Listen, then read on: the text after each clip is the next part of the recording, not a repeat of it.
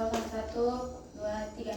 Assalamualaikum warahmatullahi wabarakatuh.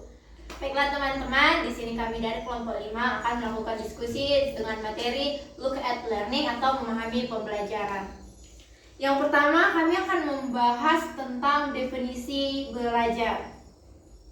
Ya, mengenai definisi belajar mempunyai makna yang sangat kompleks sehingga sulit untuk mengetahui dengan pasti apa sebenarnya belajar itu.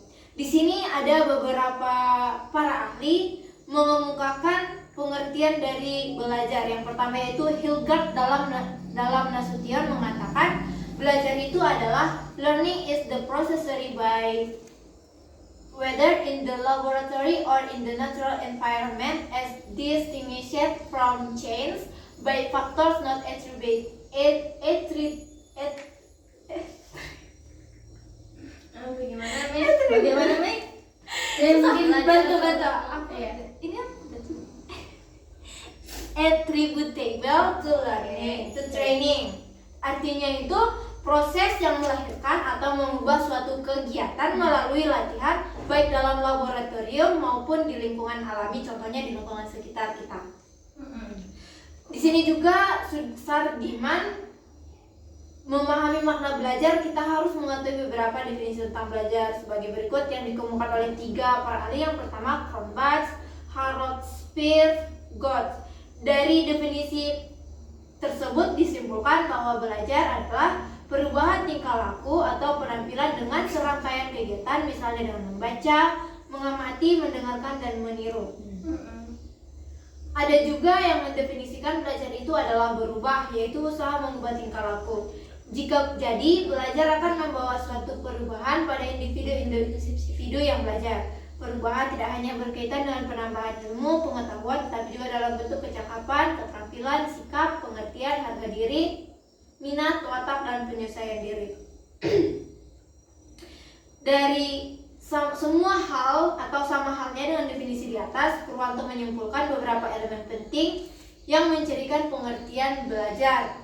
Dari beberapa definisi yang dikemukakan oleh para ahli yang sudah saya sebutkan, ada 4 elemen. Yang pertama, belajar merupakan suatu perubahan dalam tingkah laku. Kemudian belajar merupakan suatu perubahan yang terjadi melalui latihan atau pengalaman. Yang ketiga, perubahan itu harus relatif mantap, harus merupakan hasil daripada suatu periode waktu yang cukup panjang. Dan yang terakhir yaitu tingkah laku yang mengalami perubahan karena belajar menyangkut berbagai aspek kepribadian, baik fisik maupun psikis, seperti perubahan dalam pengertian, pemecahan satu masalah, keterampilan, kecakapan, kebiasaan ataupun sikap. Dari definisi-definisi yang kami sebutkan dapat disimpulkan bahwa belajar merupakan proses perubahan tingkah laku yang terjadi pada peserta didik yang terjadi secara internal dalam diri dengan usaha agar memperoleh hal yang baru, baik itu berupa rangsangan, reaksi, atau kedua-duanya. Itu yang dapat saya sampaikan tentang definisi dari belajar, atau mungkin ada teman-teman yang ingin menyampaikan atau menambahkan. Macam ya. Belajar itu apa, Boy? Perubahan tingkah laku kan? Iya. Yang dipengaruhi, ada nggak dipengaruhi oleh apa gitu? Apa dari diri sendiri dia belajar gitu? Rangsangan itu seperti pengaruh kan? Nah, jadi berarti di situ belajar itu bisa dari rangsangan dari luar atau dari diri sendiri, dari diri sendiri. Nah, tambahkan. Lo banyak kali. Dan itu jadi belajar itu bukan hanya mengumpulkan materi saja, tapi juga dan bukan juga hanya menghafal. Kan kebanyakan itu peserta didik itu hanya menghafal dan mengumpulkan materi tanpa memahami. Berarti belajar bisa mengubah kepribadian seseorang, Pak? Bisa perilaku? Iya, tingkat bisa. Tadi kan ada 4 elemen. Ya. Di situ ada tingkah laku yang mengalami perubahan karena belajar, menyangkut berbagai aspek kepribadian baik fisik maupun psikis. Tadi Bella mau menyampaikan. Bella tadi mau menyampaikan sesuatu. Udah cukup dijelaskan. Kalau menurut pandangan sendiri, belajar itu seperti apa? Belajar itu seperti ingin mencari lebih tahu lagi tentang yang sudah diketahuinya lagi gitu. Misalnya dia udah tahu materi tapi dia pengen mencari tahu lagi lebih dalam. Kalau menurut aku itu sih itu belajar. Intinya belajar itu adalah proses memperoleh informasi baik dari pengalaman, studi maupun pengajaran gitu kan. Iya betul sih. Menurut kalian pembelajaran sama belajar itu sama nggak sih? Atau belajar sama pembelajaran itu beda? Ada yang berpendapat? Beda Kalau beda menurut nggak sih? Salwa dulu, Kalau menurutku beda. Soalnya belajar itu mencakup kita sendiri individu, sedang pembelajaran itu mencakup Keseluruhan keseluruhan. termasuk teman belajar kita. Iya, gitu. jadi bukan cuma kita aja yang belajar. Berarti pembelajaran itu tuh mencakup kita dalam satu ruang yang sama gitu ya. Mungkin di kelas itu. Tapi menurut kalian belajar itu cuma di sekolah kah? Atau Tidak. di mana?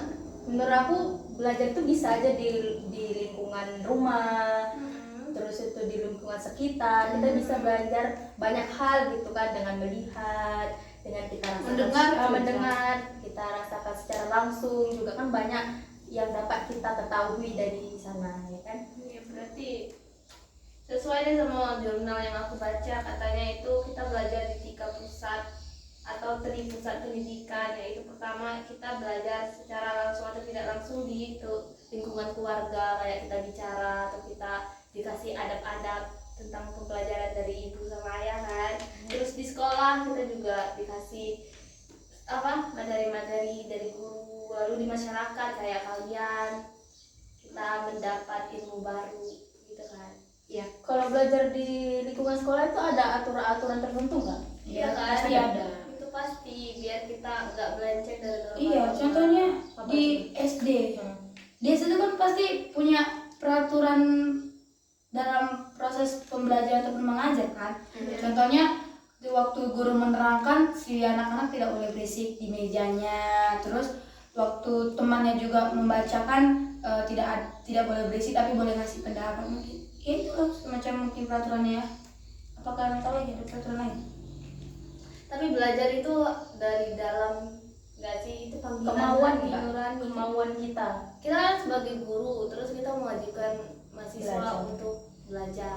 Kalau dipaksa kan nggak bisa juga Nggak kan? bisa, jadi kita harus mengubah mungkin cara pembelajaran kita.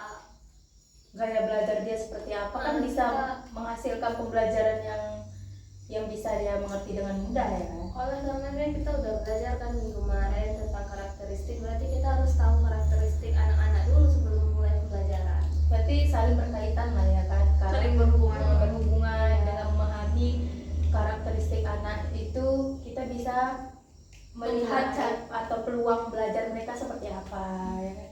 Baru kita memulai pembelajarannya. Oh, berkaitan. dengan begitu proses pembelajaran akan terasa lebih nyaman, menyenangkan, dan lancar. Bermakna juga kan bagi anak-anak juga kan mengerti gitu. What do you think, Kak Bella, Apa? about tentang Belajar. Belajar ya tadi yang udah dibacakan itu belajar itu penting dari usia dini ya, walaupun hanya sekedar belajar nggak langsung ke materi, mungkin belajar dari kesalahan, mungkin si anak buat kesalahan kan baru orang tua negur, itu kan jadi pelajaran sama dia. Oh berarti kalau aku megang ini tuh nggak boleh soalnya kemarin kena marah, itu termasuk belajar juga nggak sih? Iya dong, belajar bukan cuma di sekolah tadi dibilang. Menurutku Apa ya? semua hal yang kita lakukan itu bisa jadikan pelajaran. Contoh, kita belajar terus bisa dijadikan pembelajaran. Contohnya kita berbicara, kan kadang kita bisa berbicara dengan keras, itu kan bisa jadi pelajaran. Misalnya aku ngomongnya keras ke Bella, terus Bella bilang kalau ngomong sama aku itu jangan keras-keras kayak gitu, sama orang itu jangan keras-keras, itu kan jadi pelajaran. Berarti kita itu ngomongnya itu bisa dengan Lemah lembut. iya. Nah, itu belajarnya masuk ke belajar di lingkungan masyarakat dong. Ya, di behavioristik juga bisa kalau Bisa. Behavioristik itu kan dalam artian kan tingkah laku seseorang kan. Jadi tuh dalam teori belajar behavioristik ini dapat diartikan bahwasanya belajar merupakan perubahan perilaku manusia yang disebabkan karena pengaruh lingkungan, bisa dari lingkungan sekolah, di keluarga, maupun di lingkungan masyarakat. Nah, bioheuristik ini itu hanya ingin mengetahui bagaimana perilaku individu masing-masing gitu, bagaimana belajar itu dikendalikan oleh lingkungan, artinya lebih menekankan pada tingkah laku manusia. Nah, bioheuristik ini tuh memandang belajar merupakan perubahan tingkah laku sebagai akibat adanya interaksi antara stimulus dan respon. Jadi kalau kita belajar kan kita melihat tuh materi-materinya, lingkungan sekitar. Jadi di otak kita tuh mencerna gitu kan. Akhirnya kita merespon tuh bagaimana cara kerja tubuh kita juga merespon dengan baikkah cara belajar kita. Dan juga menurut teori behavioristik ini tuh apa yang terjadi baca dulu banyak kali ini. Itu masuk ke jenis-jenis belajar Ya, kan? teori belajar. Nah, di sini juga aku ada dapat selagi angkring ini Ya, baca, boleh. aku mau menambah ya. Yaitu ada itu belajar berdasarkan pengalaman, kemudian belajar berdasarkan gerak, ada juga belajar berdasarkan hafalan, belajar berdasarkan pemecahan masalah, dan belajar berdasarkan emosi. Aku tuh yang paling gak pahamnya itu di bagian belajar berdasarkan emosi atau emotional type learning. Itu di halaman berapa sih, Min? Ntar aku kira dulu. Ini ada dari artikel. Itu masuk ke dalam belajar dalam emosi gitu. Iya, bagian belajar Mungkin bisa dibacakan di sana ada apa penjelasannya? Mungkin itu mengacu pada pengaruh emosi pada proses belajar seseorang kayaknya ya. Mungkin bisa. Iya, bisa jadi itu kayaknya. Karena kan emosi dapat mempengaruhi motivasi, perhatian, persepsi, dan memori seseorang. Baru terjadilah emosi, baru itu kan tadi semua terjadi gara-gara emosi, baru dijadikan dia lah gara-gara aku emosi, aku jadi kayak gini. Mungkin kayak gini kita belajar Belajar. banyak, Iya. materi banyak. Nah, setelah kita belajar banyak tuh ada nggak sih keluar nggak sih emosi kita pas belajar. pas belajar, ada kan kayak aduh banyak kali nih materinya, yang mana satu yang mau kita pelajari, kalau kesal mungkin emosinya tersalurkan, maksudnya mana materi yang akan kita pelajari. Terus tidak bisa membedakan Iya. mana pelajaran yang dia pahami atau bagaimana, mungkin seperti itu. Iya, itu masuk ke dampak negatifnya. Soalnya aku ada baca di sini ada beberapa cara di mana emosi dapat memengaruhi proses belajar seseorang.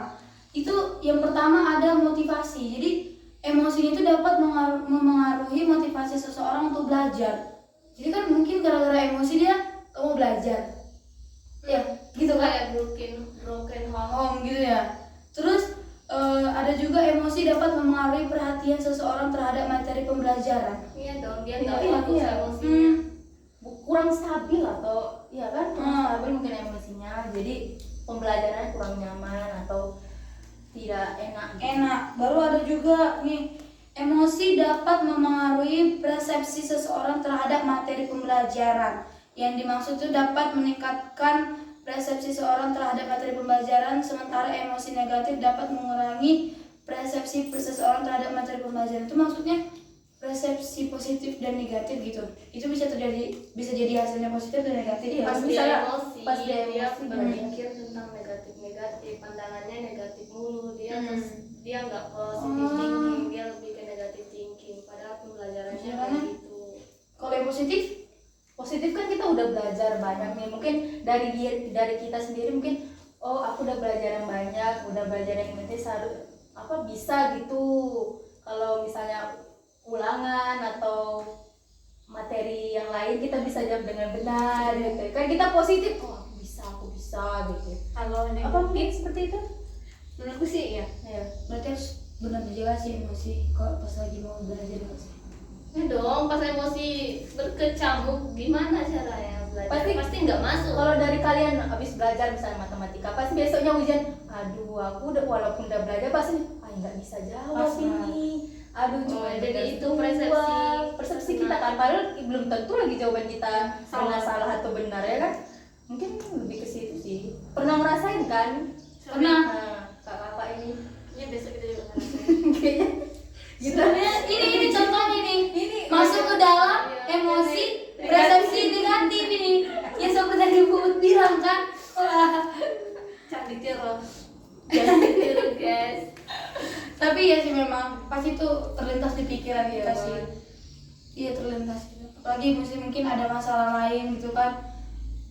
pengaruh lingkungan Iya. juga bisa, misalnya kau udah belajar belum, terus kau yang bilang Soalnya tiba-tiba ada udah. sesuatu. Nggak usah belajar, itu kan biasanya gitu. Iya. Besok kan kita ujian. Kau Belajar nggak nggak? belajar? Kau belajar nggak? Aku pernah jumpa orang kayak gitu sih. Gimana, Kel? Sebenarnya aku niatnya nggak mau belajar, cuman kan karena ada kembali gitu kan, kawan kali ya kan. Kau belajar? Kami nggak belajar. Jadi sampai sampai di kamar. "Ah, dia aja nggak belajar, ngapain aku belajar?" Jadi kayak gitu. Pernah jumpa kayak gitu. Terus kayak gini. Belajar juga nanti soalnya beda. Beda. Nah, persepsi. Itu Negatif kayak kali. gini, kita belajar. Tapi kadang kan memang tuh kadang kenyataan Iya juga. kenyataan sih. Kadang apa yang dipelajari Kebesaran kenyataannya lebih itu banyak. tidak Tidak kita sesuai dapatkan sama- di soal. soalnya Tapi mungkin apa kita yang kurang memahami atau kurang jauh Tapi belajarnya. biasanya emang ada guru yang gitu, Mei. Yang Ya kan? kayak- Kita dapat kan guru-guru di zaman-zaman dulu mungkin. Kita belajarnya ini, belajar A dan B, terus soalnya C. Kan biasanya sering gitu. sering sih. contohnya disuruh nyari X ya kan. Ya. Nyampe di soal nyari X, Y, Z. Benar dong. Padahal yang dipelajari kemarin cuma mencari X. Iya, Tapi soalnya S, Y, Iya, Z. nah. kerjakan Makanya. soalnya nih. Sebenarnya tuh salah siapa ya? Salah kak apa salah kak gurunya? Guru-guru. Enggak, itu salah otak kita karena nggak belajar. Berarti Bukan. bukan guru itu nyuruh kita belajar sendiri. Iya, kalau udah masuk guru kan kalau kita udah belajar X Iya. di sekolah, di rumah kita belajar yang Y-nya juga. Enggak, ekspektasi kita terhadap soal itu tuh sama dengan soal yang diberikan guru. Realitanya yang dikeluarkan soal dari guru itu Sebagian ada sih. beda, 100% beda. Aku pernah jumpai soal yang kayak gitu. Kan kami nyari X. Matematika berarti. Matematika nyari X. Boleh yang lain nggak? Memang Iya, soalnya jadi dia berarti. soalnya nyari X. Ya. Tapi jawabannya per. Kalau Ngerti kan? Ngerti. Pecahan. Kayak gini, Perpecahan. pecahan. Oh, Soalnya, berarti hasil yang udah kau dapat kau ubah ke pecahan lah itu. kalau itu masih gampang. Kalau kau desimal Satu lagi udah dua berparah. X dikali sin cos X sama dengan bla bla Sin. bla. Terus ditanya X-nya berapa? Ya Tahu nggak tahu. Soalnya yang dipelajari nggak ada per. Iya sih. Susah. Jadinya Jadi, udah nah itu jadi pelajaran. Itu jadi pelajaran ya. kita nggak pernah Berarti pas mau ujian besoknya walaupun materi itu nggak keluar tapi dia udah mau belajar itu di rumahnya. Karena ada sebagian anak-anak kalau aku lihat ya, dia di ujian yang ini banyak salahnya. Dia coba lagi di rumah itu pas Bisa. udah dikasih tahu kan, oh salah di sini makanya nilai segini. Sampai rumah dikerjakan lagi soal yang salah-salahnya itu walaupun besok ujiannya lagi udah beda lagi memang apa yang soalnya. Tapi guys, kan Belajarnya kita tinggi. aku jadi bingung pelajaran beda semua dong. Pelajaran itu kan materi. Iya. Pelajaran itu materi. Pelajaran. Bahan Bahan yang kau mau belajarkan itu. mau Pelajaran diajarkan semuanya. Pembelajaran itu termasuk Gabungan dari belajar gabungan, ada pelajaran. ruang kelasnya bagaimana, terus itu tempat duduknya anak-anak seperti apa. Seperti itu nggak sih? Tapi bisa nggak sih Apa? kayak pelajaran itu sama kayak ganjaran kayak gitu. Ganjar. Ganjar. Ganjar itu nomor 3. Enggak, gini. Politik. Misalnya kita udah dianuin ini. Anu itu apa? Misalnya Jelas. aku mau ngambil jadi guru. Bukan, itu lebih ke hal kesialan kayak gitu, pelajaran. Kita sial. Iya, jadi pelajaran untuk pelajaran kita. kayak gitu. Terus jadi motivasi ke orang lain. Kadang juga Kalau enggak. menurut KBBI itu apa sih pelajaran? Mungkin pelajaran tuh banyak dalam konteks pendidikan Iya. beda, dalam Banyak sebenarnya yang Sosial, iya. iya. Tapi kembali lagi tujuannya sama aja. menjadi kita belajar, tujuannya sama-sama bikin kita belajar. Berubah ya kan? menjadi lebih positif. Itu kalau dalam kamus bahasa besar Indonesia, pelajaran itu yang dipelajari atau diajarkan kemudian bisa dikatakan latihan. Oh, Berarti pelajaran itu yang diajari atau diajarkan. Berarti itu kayak Atau kita sadari bisa juga.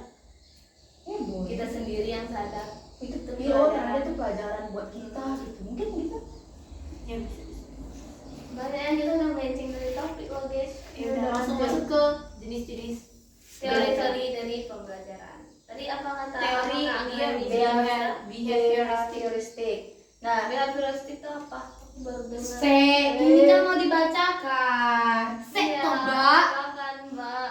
behavioristik itu adalah perubahan tingkah laku sebagai akibat dari adanya interaksi antara stimulus dan respon. Nah, stimulus itu bisa jadi diberikan oleh guru. Misalnya stimulus memberikan materi pelajaran. Nah, yang dihasilkan oleh peserta didik adalah respon. Respon mengenai materi yang diajarkan itu seperti apa. Nah, ciri utama dari teori ini adalah mengutamakan unsur-unsur dan bagian kecil bersifat mekanistik, menekankan peranan lingkungan, peranan keluarga, mementingkan pembentukan tadi stimulus, reaksi ataupun respon, mementingkan pentingnya latihan seperti Kak Amin tadi ada pengalaman, latihan, dan juga mementingkan mekanisme hasil belajar. Nah, dengan kita belajar tentunya akan menghasilkan hasil. Walaupun hasil tidak Sesuai ekspektasi. Iya. Selanjutnya itu mementingkan peranan kemampuan. Nah, dengan kita belajar, seharusnya kita tahu dong kemampuan kita seperti apa, batas mana. bagaimana batasnya seperti apa.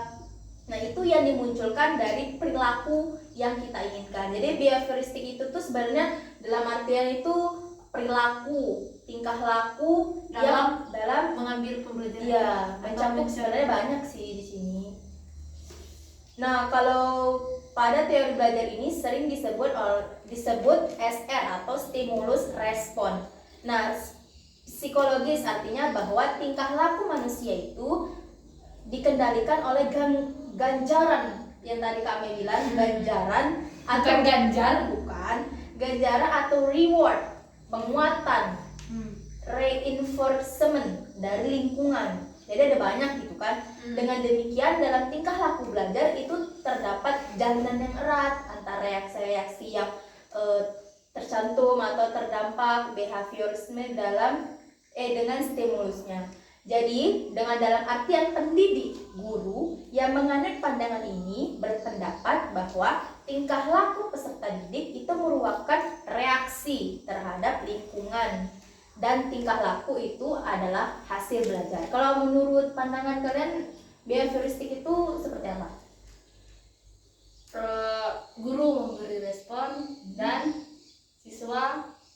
guru memberi stimulus dan siswa memberi respon. Contohnya? Misalnya seorang guru memberikan pujian atau hadiah kepada siswa. Nah, tadi ada ketika tuh mereka reward. menjawab pertanyaan dengan benar dan menyelesaikan tugas dengan baik. Dengan memberikan penguatan positif seperti ini, guru memberikan stimulus seperti yang dikatakan oleh Anggra ini tadi. Stimulusnya itu berupa pujian ataupun hadiah untuk meningkatkan kemungkinan siswa akan mengulangi perilaku yang diinginkan, yaitu menjawab pertanyaan dengan benar atau menyelesaikan tugas dengan baik. Itu responnya.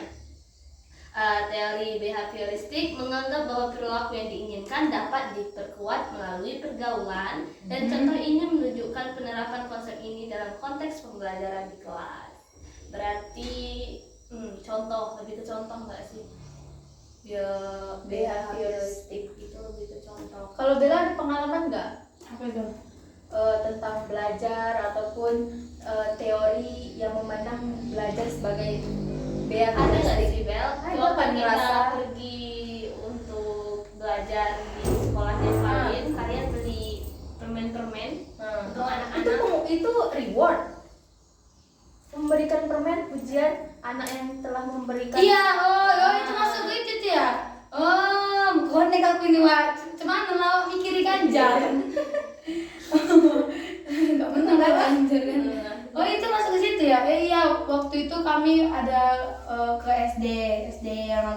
dari sini ya kan. Agak ke depan sedikit. Iya, Nampak kan? jadi sebelum itu kami nggak tahu nih mau ngasih apa kan, kayak masa iya nanti kalau anak itu nggak apa kita kasih soal terus dia bisa jawab, masa kita nggak ada apresiasinya walaupun hanya sekedar tepukan atau semacamnya. Terus ada teman bilang, oh kita kasih aja permen kan, apa tuh permen yang gopean itu 2.000 gitu kan. Oh iya, oh iya betul lah, 5.000 10.000 itu ya. Iya. Nah, Tapi jadi- tinggal ya. tapi tinggal belajar di sana.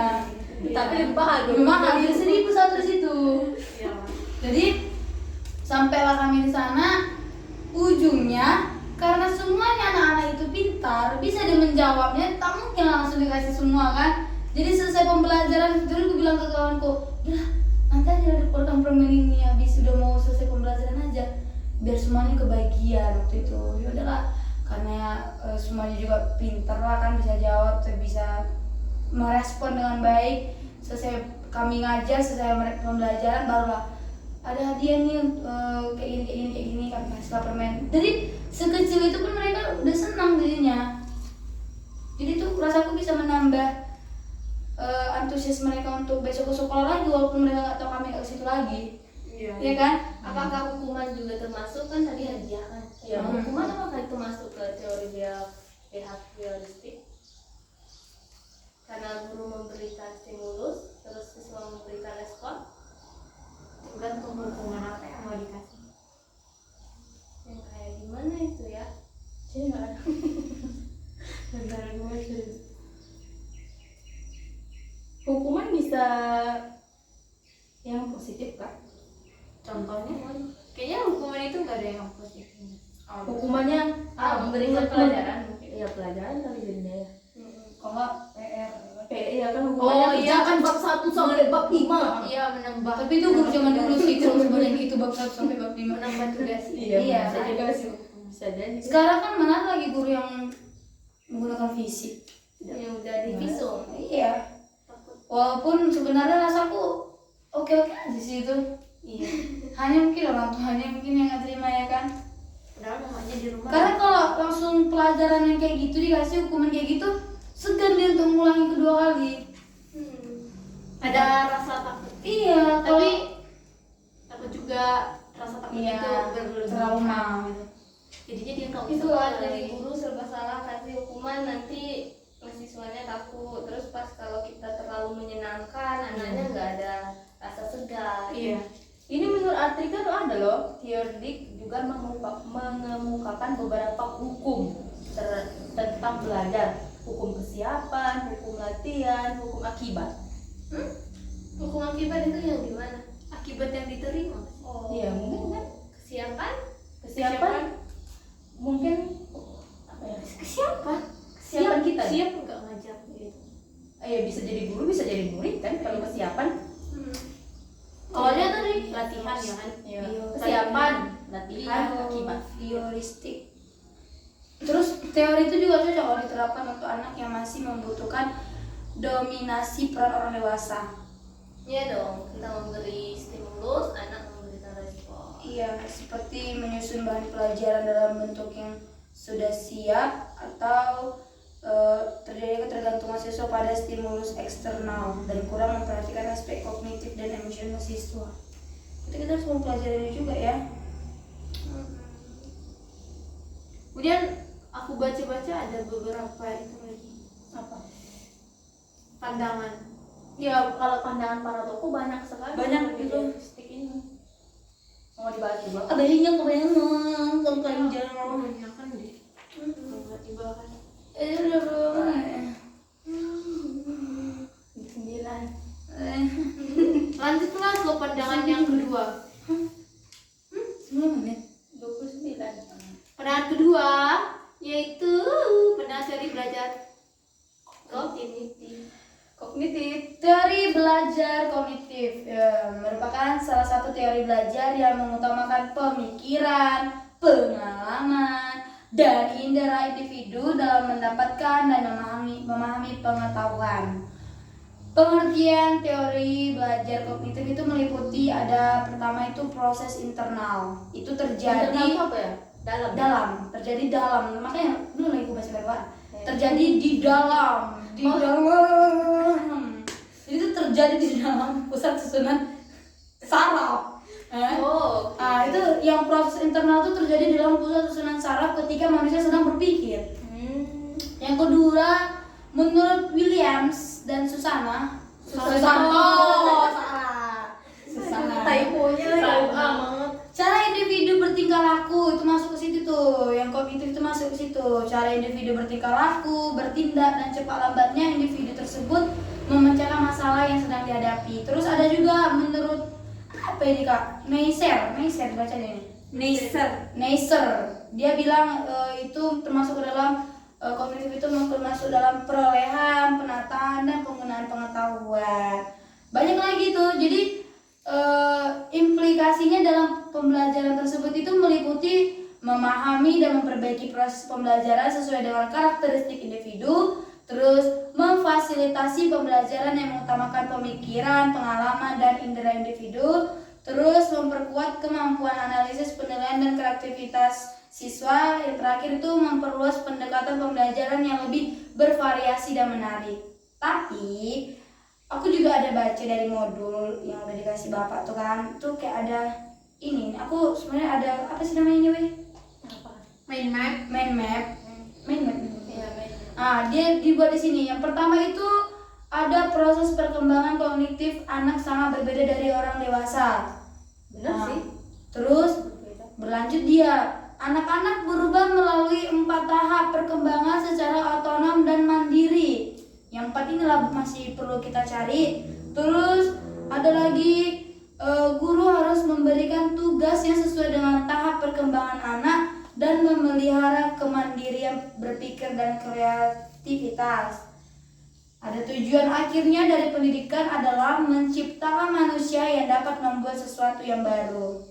Mungkin empat tahap tadi nih kali kan? Iya ini bang, 4 itu ya. Piaget itu. Itu 3. 4 ini. Sensorik motor, profesional, operasional konkret, sama formal. Iya, asimilasi itu. Oh ini. Iya.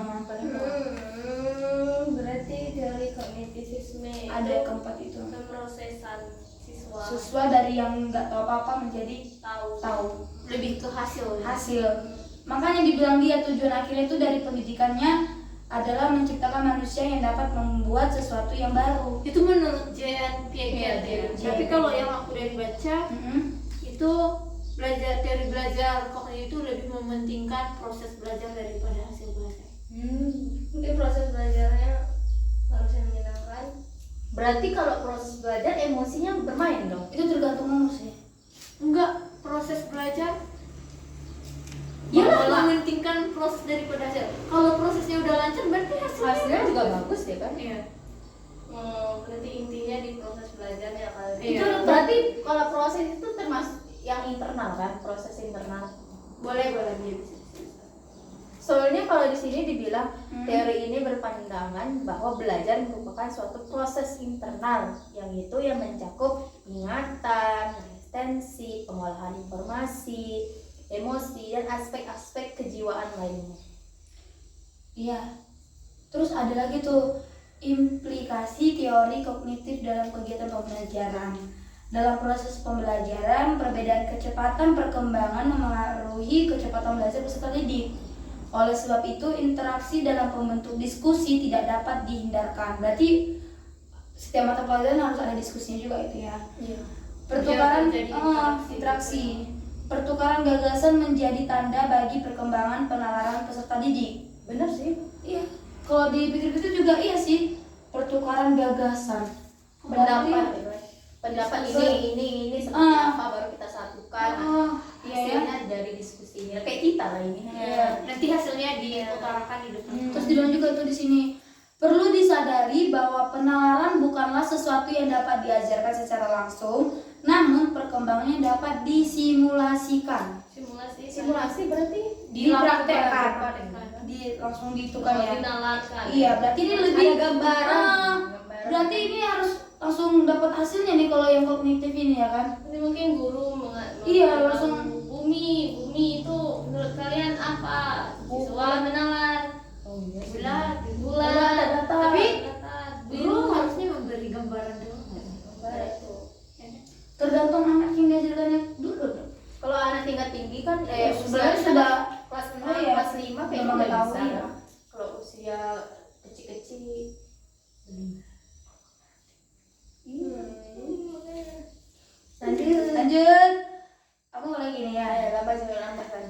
teori belajar ini udah lagi, ini udah Sama. Ini adalah kenapa? Jadi banyak banget itu ya sebenarnya guys. Prinsip-prinsipnya itu ada tuh prinsip-prinsip, mengikuti prinsip-prinsip. Men di rakyat naikin ya. Ada loh, kebebasan. Ini aku bisa ya. Boleh boleh. Iya bisa. Di sini ada kegiatan pembelajaran yang mengikuti prinsip-prinsip. Nah, prinsipnya itu ada 7. Yang pertama itu peserta didik bukan sebagai orang dewasa yang mudah dalam proses berpikirnya. Betul kan? Bener. Karena otaknya masih kecil. Apa? Maksudnya belum Peserta terisi. didik. Peserta didik sebagai orang dewasa yang peserta didik bukan sebagai orang dewasa yang mudah memahami sesuatu yang disampaikan atau memprosesnya dalam Mudah pikirannya. mencerna gitu. Kita harus menyesuaikan pembelajaran sesuai dengan umur mental mental dari siswa yang akan kita ajar. Jadi kita nggak mungkin harus nyuruh dia langsung paham. Ini ya nak, ini kita harus Kalau dicobain, ini nggak sih? buka mulut dulu. Ibarat ngasih pisang, nah ini pisang dikupas dulu ya nak ya. Jangan kemakan semua. Nah, kalau kita kan udah bisa makan ya. Nah, Iya, tanpa tanpa disuruh makan sendiri kan? Iya. Nah, yang kedua, Gimana, anak usia prasekolah dan awal sekolah dasar akan dapat belajar dengan baik, terutama jika menggunakan benda-benda konkret. Betul. benda-benda yang Oh, sesuai nyata yang nyata Bisa dipegang. media pembelajarannya. Iya, kita iya, belajar iya. gitu. Iya. Yang kayak Bella dulu ada air itu kan. Enggak, itu yang apa Yang sih? apa sih? Yang rokok, bahaya rokok ke paru-paru. Oh ya, dia sih Gitu Iya, ya. Oh, iya. Meskipun kalau itu kan nggak mungkin ya kan kita Iya, belah kita dada. belah. Oh iya. Iya tuh kami gunakan tuh paru-parunya bukan paru-paru asli. Iya, iya, Tahu? kan sudah dijelaskan tadi. Oh, ini dijelaskan Nah, ya. tapi itu konkret kan. Konkret lah. Dengan begitu siswa mudah Paham. Oh, begitu rupanya cara Proses kerja paru-paru iya. Begitu rupanya pas kita Nah, nafas. jika terus-menerus merokok segala macam timbullah paru-parunya Iya. menghitam, Iya. tidak bekerja dengan baik, Tolong hentikan mengecil. Selanjutnya diskusi santai. Iya. Selanjutnya, Selanjutnya, keterlibatan peserta didik secara aktif dalam belajar amat dipentingkan karena hanya dengan mengaktifkan peserta didik maka proses asimilasi dan akomodasi pengetahuan dan pengalaman dapat terjadi dengan baik. Nah, sebelum itu saya akan menjelaskan apa itu asimilasi dan akomodasi di sini. Baru saja saya mau bertanya. oh iya. Iya, kamu kan sering kayak gitu. Piaget itu ada memberikan 3 tahap proses belajar. Yang pertama asimilasi, akomodasi, dan ekuilibrasi atau penyeimbangan. Asimilasi adalah proses pengintegrasian informasi baru ke struktur kognitif yang sudah ada. Maksudnya? Informasi yang baru nggak sih? Asimilasi. Pengintegrasian, berarti Campuran. Iya, pencampuran atau mempersatukan Informasi baru dengan yang lama. yang menyatukan Informasi dia membangun Iya. pengalaman baru Iya. dari yang lama terus Sama yang baru baru. bisa menghasilkan sesuatu Mungkin. yang menurut dia seperti itu. Dia taunya ayam, Ah. burung, terus kita tak Sekali lagi ada mengambil bebek. oh Oh, itu unggas, itu unggas nak. Terus dia baru tahu itu Oh, tuh adalah ternyata unggas. Ya, gitu kan. Ya, memadukan informasi. Ah. memadukan informasi. Maaf, Akomodasi. rekan saya. Iya. Akomodasi. Nah, untuk akomodasi adalah proses penyesuaian struktur kognitif dalam situasi yang baru. Berarti kan setelah mendapatkan informasi tadi disesuaikan, menyesuaikan kan informasinya. Iya. Berarti kan dari informasi dari guru, dari kita yang dapat, kita menyesuaikan. Iya tadi apa tadi? Iya. Penyesuaian struktur kognitif yang baru, penyesuaian struktur kognitif ke situasi yang baru.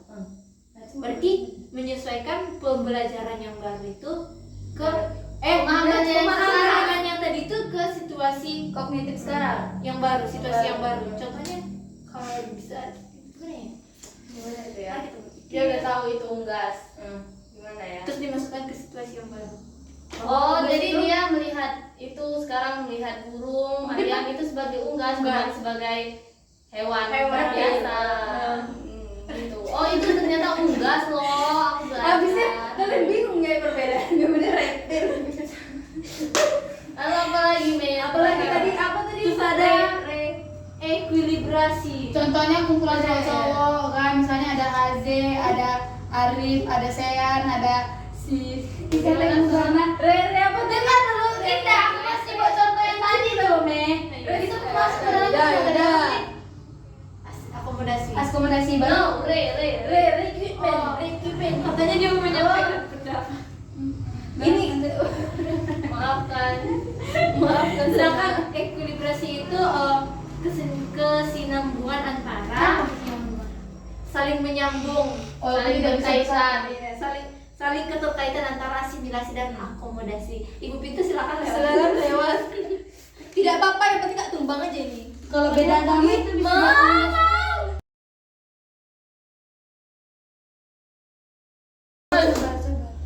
Aduh, secara langsung. Pin di mana belinya Pin langsung? Tunggu. Pin di mana belinya Pin? Di Sumartir. Berapa Pin? 10. Bangunan tuh. Pin nanti malam kita makan di luar. Nah, itu ekuilibrasi. Pin kan tadi berapa menit Pin?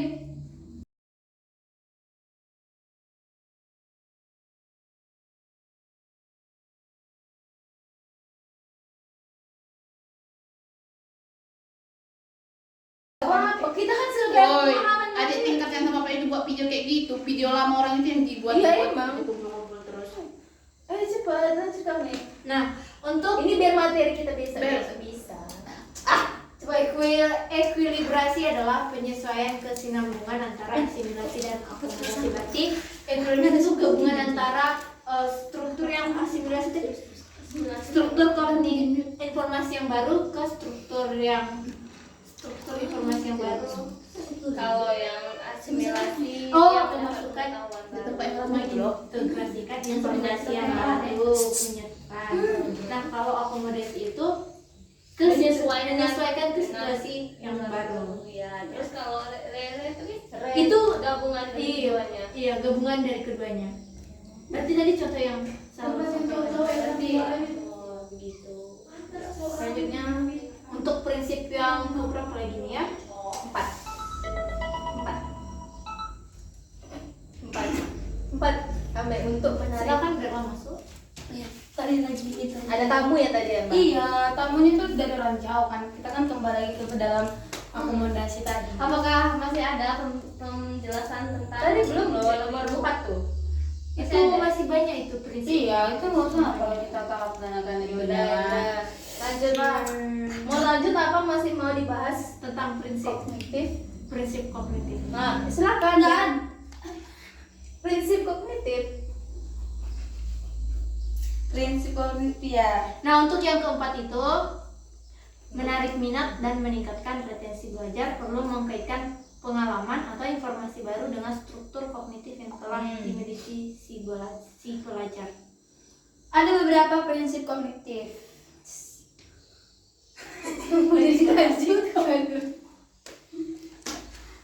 Seru sekali. Ini termasuk nggak sih pembelajaran aktif ya? Iya. Iya. Iya. Oh, ya baik. Berarti ini kan dari pengalaman kan pengalaman mencari informasi sampai nampak informasi baru, ya kan? Iya. Dengan kognitif yang telah dimiliki oleh peserta didik. Ini kenapa ya, Mbak? Ya tolong. Serius Mbak, adanya sama kecelakaan Mbak. Ih, jangan deh. Oh, Udah, kan? ya Allah, kemarin Ada, kemarin ada. otak Lanjut, yang kelima. Aku. Ayo, dah, yang kelima. Yang kelima tadi apa? pembelajaran berbasis keterampilan. Bukan itu. Ini menurut Piaget loh. Oh, para ahli tadi. Ayo, Iya. lanjut kami. Pemahaman dan retensi akan meningkat jika materi pelajaran disusun dengan menggunakan pola atau logika tertentu dari sederhana ke kompleks. Berarti guru itu harus membuat sistem pembelajaran yang sederhana supaya peserta didik mudah untuk mencerna pembelajaran. Belajar lagi. Setelah sederhana barulah lanjut ke proses Oh, kompleks. itu Materi lagi yang kompleks. Iya. Jadi otak peserta didik itu tidak susah gitu mencerna. Jadi kan kalau anak-anak kecil jadi kelas 1 sampai 6 kan harus yang mudah dulu ya kan. Baru yang lebih sulit. Nanti bapak itu nengok video kita nggak dibuat nilai bodoh. Gak ada tes itu. Selanjutnya berapa lagi 6? Mata dia salah. Belum satu lagi. Satu lagi bentar. Dua lagi. Dua lagi cepat. Belajar memahami akan lebih bermakna daripada belajar menghafal. Weh, video ini. Selanjutnya belajar Gak memahami ada ngambil jemuran. akan lebih bermakna daripada belajar.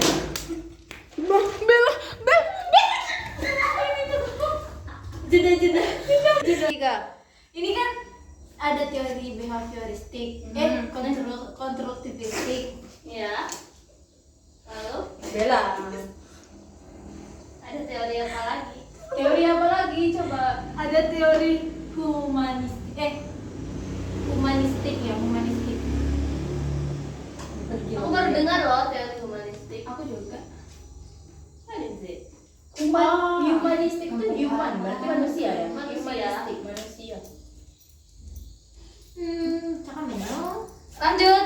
Sekarang Humanistik itu abstrak, guys. Manusia kan tapi Lebih abstrak dan lebih mendekati bidang kajian filsafat, teori kepribadian, psikoterapi daripada bidang kajian psikologi belajar. Teori humanistik ini sangat mementingkan isi yang dipelajari daripada proses belajar itu sendiri. Sama dengan berarti lebih isi ya, lebih ke dalam Kalau Oh, proses. tadi lebih mementingkan proses. Kalau ini lebih mementingkan Bukan isi isi, atau hasilnya kah? Iya. Isi apakah itu sama dengan hasil? beda. Isi itu isi dari Isi itu dari pembahasan. Oh, berarti yang penting nanyong. Berarti abstrak. berarti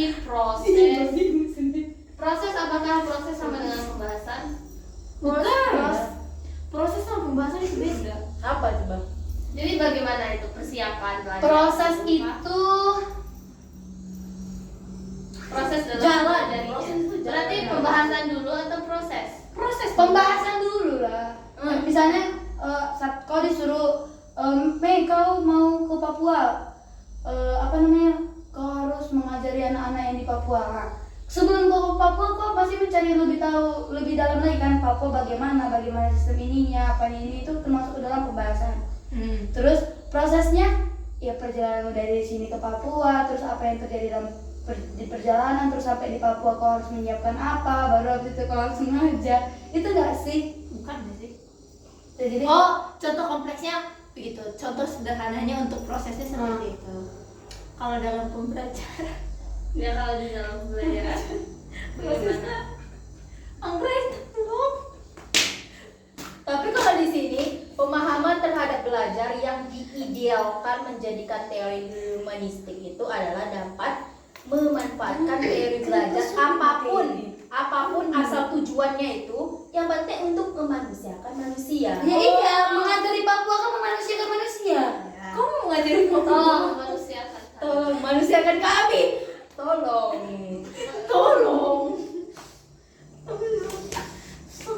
Jadi dibilang tidak dapat disangka lagi bahwa setiap pendirian atau pendekatan belajar tertentu itu akan ada kebaikan dan ada pula kelemahannya. Iya, contohnya kita tadi ke Papua itu. Apa kelemahannya? Dari Kelemahannya sampai lagu perjalanan ongkos sudah berapa? Kalau Nah, beasiswa enggak lagi kalau beasiswa ya mau oke, kan kau pakai beasiswa ke Papua. Iya. Sampai di Papua, kau harus mana? Kau harus menyesuaikan bahasamu lagi ke orang itu. Enggak, kan ada bahasa persatuan Indonesia, bahasa Oke. Indonesia. Kelemahannya kalau opak ngajar di Papua itu mahal. Nah iya sih. kalau dibiayai oleh pemerintah, Yang penting mahal. Mau dibiayai pemerintah, yang penting kan pembelian itu mahal. Iya. tapi tetap saja itu bukan uang kita dibayar, terus kita membayar. Wah.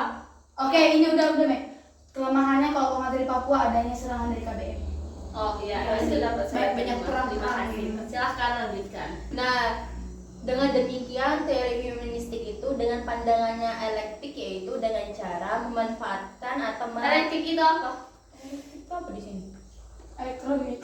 Oh, dalam artian itu Fizisme bukanlah suatu sistem dengan membiarkan unsur-unsur tersebut dalam keadaan sebagaimana ataupun aslinya. Nggak tahu ya itu.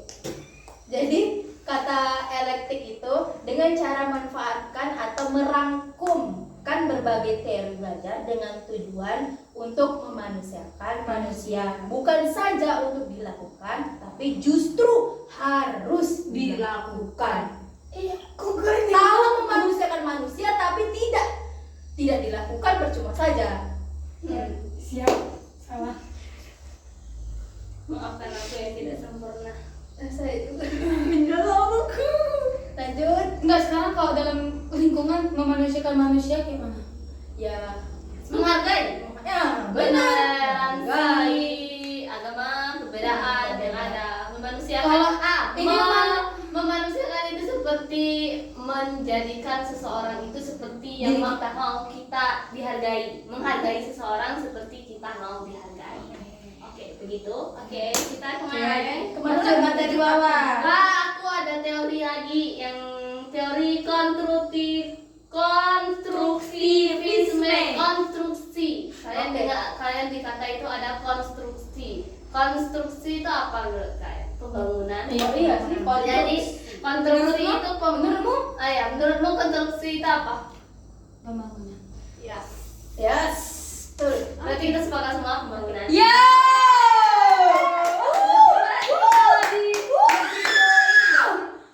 Proses pembentukan. Iya.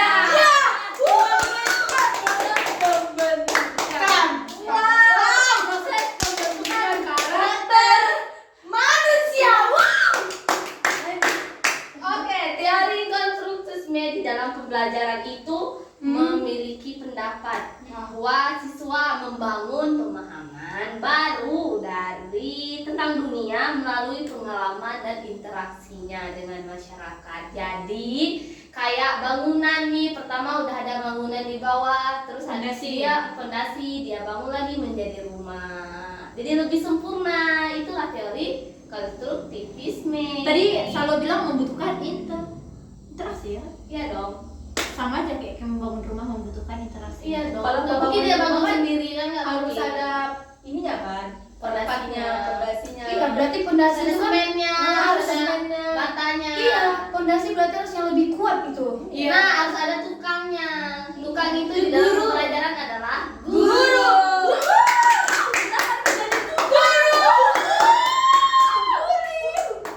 Berarti guru itu kuli bagi anak bangsa. Kalian membangun generasi. Coba yang baik. Saudari Bella coba jelaskan peranan guru itu dalam belajar konstruktivisme. Konstruktivistik. Aku mungkin belum banyak lebih tahu pelajaran. Jadi peranan guru itu dalam belajar tahu. Iya tadi kan membangun. Tadi ada tadi. Nah, kayak apa? Membangun agar proses pembelajaran itu berlangsung dengan lancar. Maaf guys, aku mungkin akan menyampaikan Oke. pendapat. Peran guru itu di konstruktivisme itu seperti guru memberikan penjelasan materi mengenai gravitas. Wow. Kemudian Mas udah tahu nih siswa-siswanya, oh gravitasi itu adalah ini, terus MG itu MG itu apa? Magnet Golan. oh magneto Oh. 10 ms gitu. Terus dia tahu, oh ternyata dia melihat, dia pulang dari sekolah, dia melihat dunia, melihat bumi, kemudian melihat dunia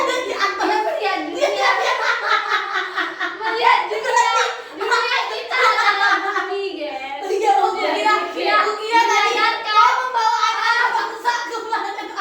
Bisa aku memperlihatkan planet-planet antariksa bisa. Jadi mahasiswa kan udah belajar nih tentang gravitasi, aku memberikan materi tentang gravitasi, terus dia pulang dari sekolah, dia ngelihat, oh ada air jatuh, ternyata itu ternyata itu gravitasi. Terus kita jalan, kenapa kita nggak terbang, itu karena ada gravitasi. Terus dia melihat pula tentang di bulan, kok di bulan kita bisa ngambang, itu ternyata itu adalah tidak ada gravitasi. Ada gravitasi, tapi tidak sebesar di gravitasi bumi. iya gravitasi Nah, jadi itu mereka membangun pemahaman baru. Udah ada pemahamannya fondasi, terus dia membangun lagi pemahaman baru. Nah, jadilah rumah. Ya. Gitu. Kalau di teori konstruktivis itu ada nggak faktor-faktor yang mempengaruhi gitu?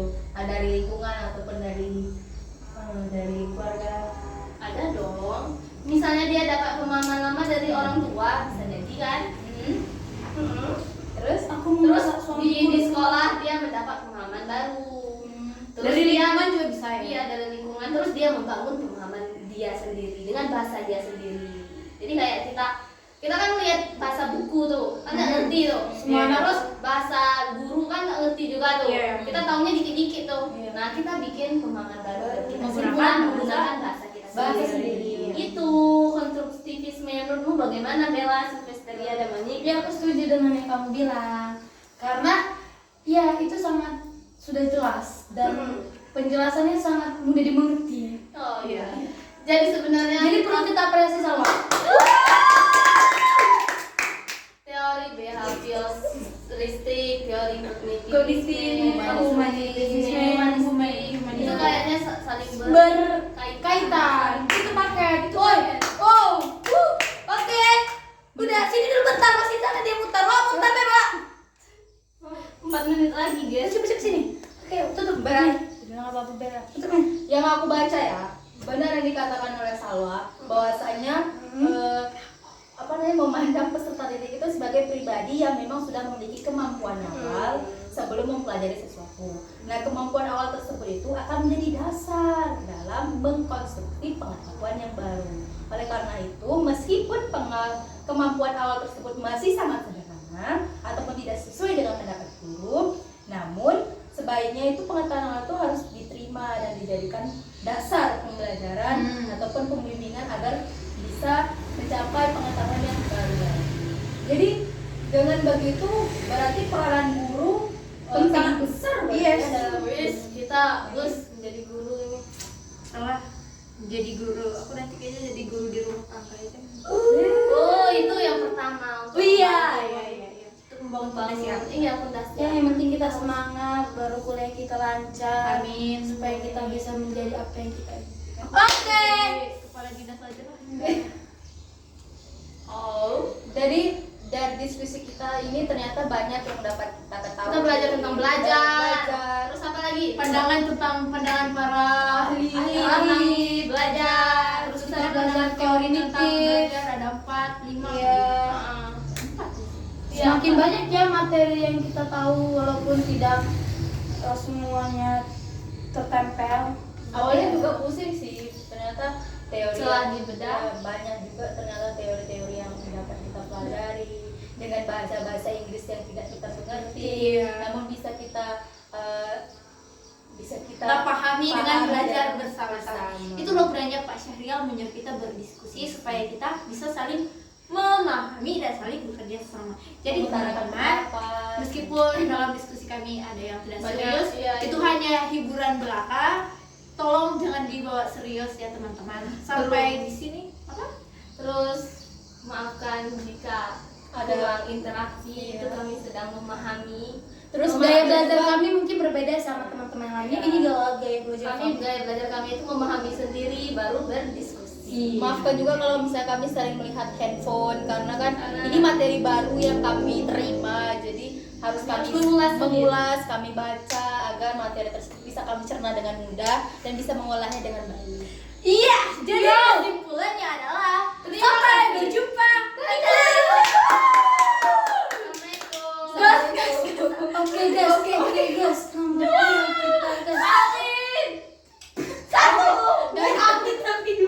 Dadah. Ketemu lagi di materi selanjutnya. Dia amin, tapi dia buat tangan